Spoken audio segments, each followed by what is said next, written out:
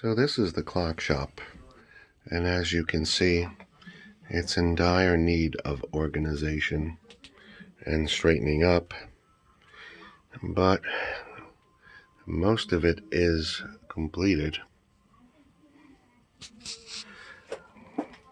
Over here are the tables, the work tables that I made.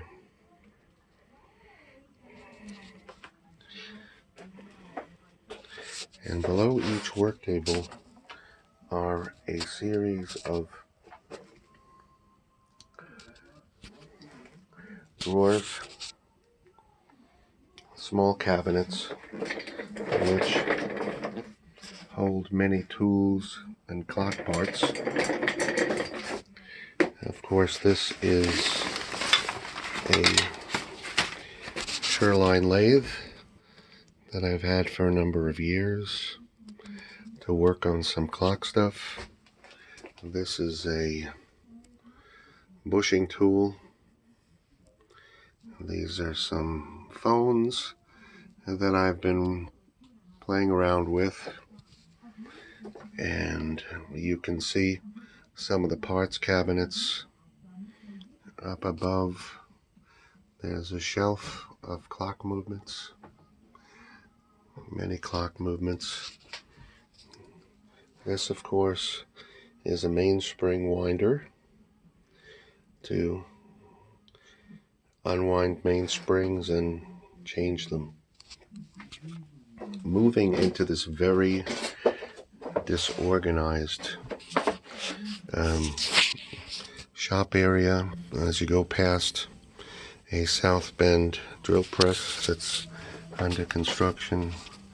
This, of course, is a Van Norman number 12 that's in pieces that I got down here that needs to be reassembled and made working.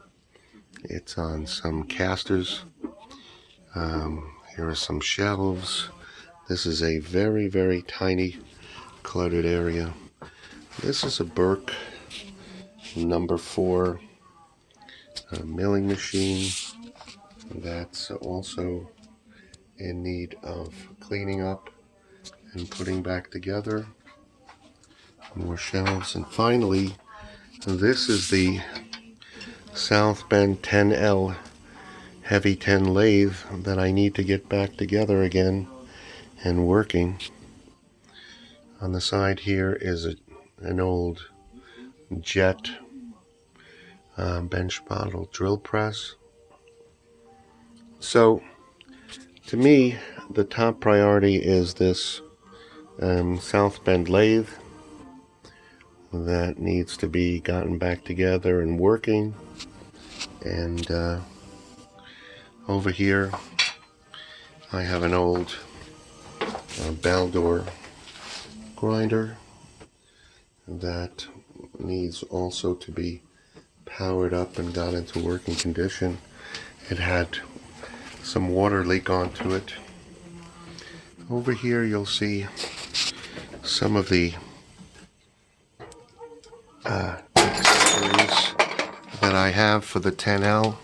I have a lot of accessories for this lathe that I accumulated over the years, hoping one day to get this back together again. I have pretty much everything you could ever want for this lathe. Just need to get her all back together, hopefully one day. And behind it I have some boxes with various tools, and here is the turret for the tailstock, and here is a cross slide, and inside the Burke number 4, if I can get this open, are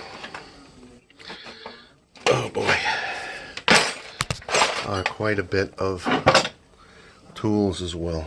It's really crowded, but you can see there's a dividing head with a tailstock, some cutters, quite a bit of stuff in there that I accumulated.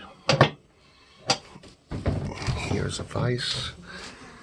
I think it's one of those German sliding vices. So that's the challenge, basically, in this place. To get this tiny, tiny workshop going.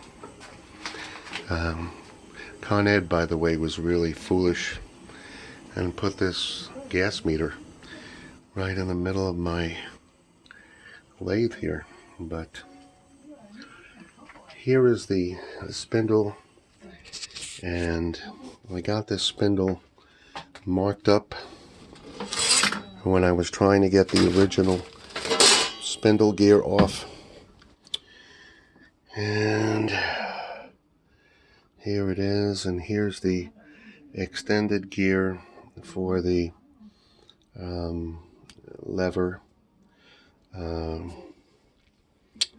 collet holder that I had put on, but in putting this back on, I got the spindle kind of scarred, which is a shame, but it's a D14 spindle.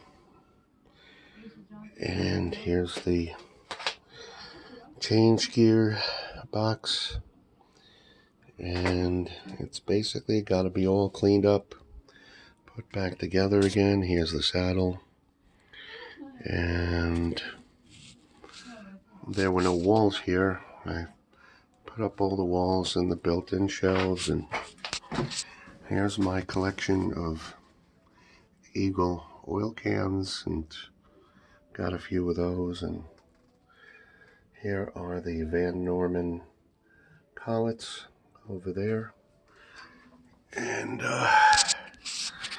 this is a Skyhook that I don't have in operating order right now. As I said, everything's got to be really organized and put into good order. So at that, I'll say goodbye and let you get back to the website.